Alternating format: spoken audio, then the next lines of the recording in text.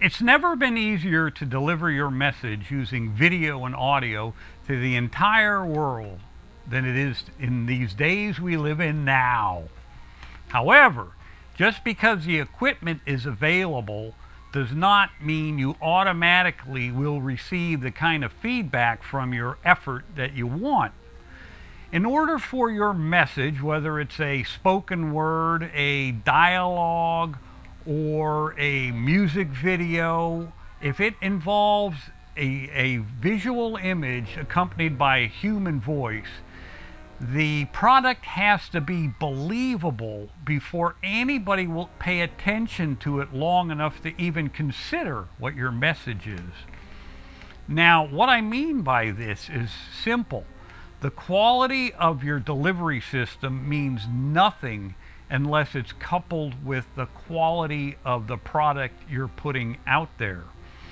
How do you get anyone to consider your point of view, no matter what it is, if they don't pay attention to what it is you're doing and or saying? Consider it like this. Let's say you go down to your local grocery store to buy a product and you see something that you just don't like. No amount of money can get you interested in it, and you just don't want it. Does it matter how good the truck was that brought that product to the store? If the product can't stand on its own, the delivery system has no value. In today's world, you can go out to a computer store or a big box store, heck, even a department in sometimes a grocery store, and buy the kind of products necessary to deliver a video image and audio image, or accompanied by audio, that's of high enough quality to be impressive. But the content has to hold the viewer's interest long enough for them to consider what your message is. Now, everybody who presents something to the public has their own opinions of what it takes to be appealing to an audience. There's old chestnuts like if you get nervous when you're standing in front of an audience, imagine your entire audience is in their underwear and you'll relax and be comfortable and be more believable. Yeah, maybe. I have found over the years two things that are 100% necessary, not even debatable, if you want people to listen to your message. And again, consider this. Before they can agree or disagree, like or dislike your message, they have to pay attention to it.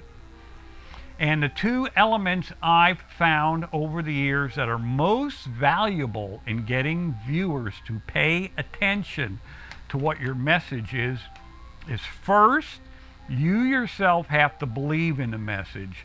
It can't be something you're doing just because it's popular at the time, or because other people do it and you've seen other people do it, or you think it's cool or whatever. You actually have to believe what your message is in your heart before you can even attempt to put it down on video in a way that other people watching will be interested in enough in order for them to pay attention long enough to grasp what your message is.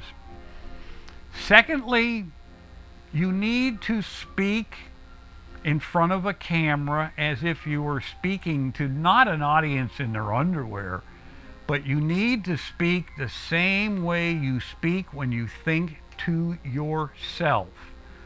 No one comes up with an idea in their own head that's fragmented, awkward, fakey sounding, delusional.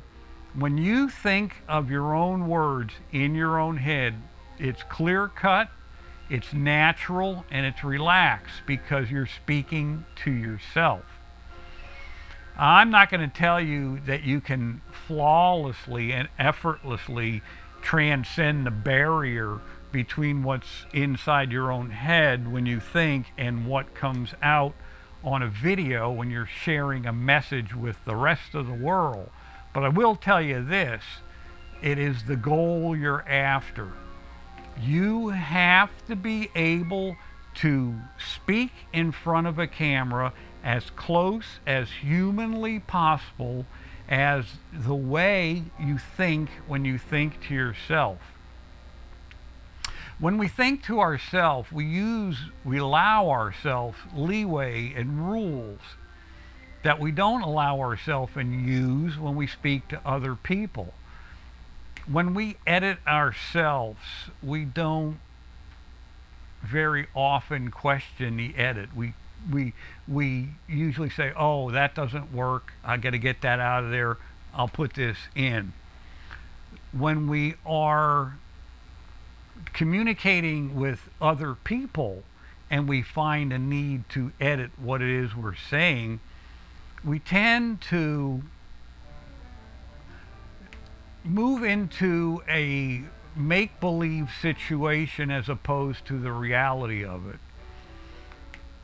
In other words, when you edit yourself towards other people, you need to have enough comfort in what you're saying or doing to be judgmental about how much it will offend your viewer or attract your viewer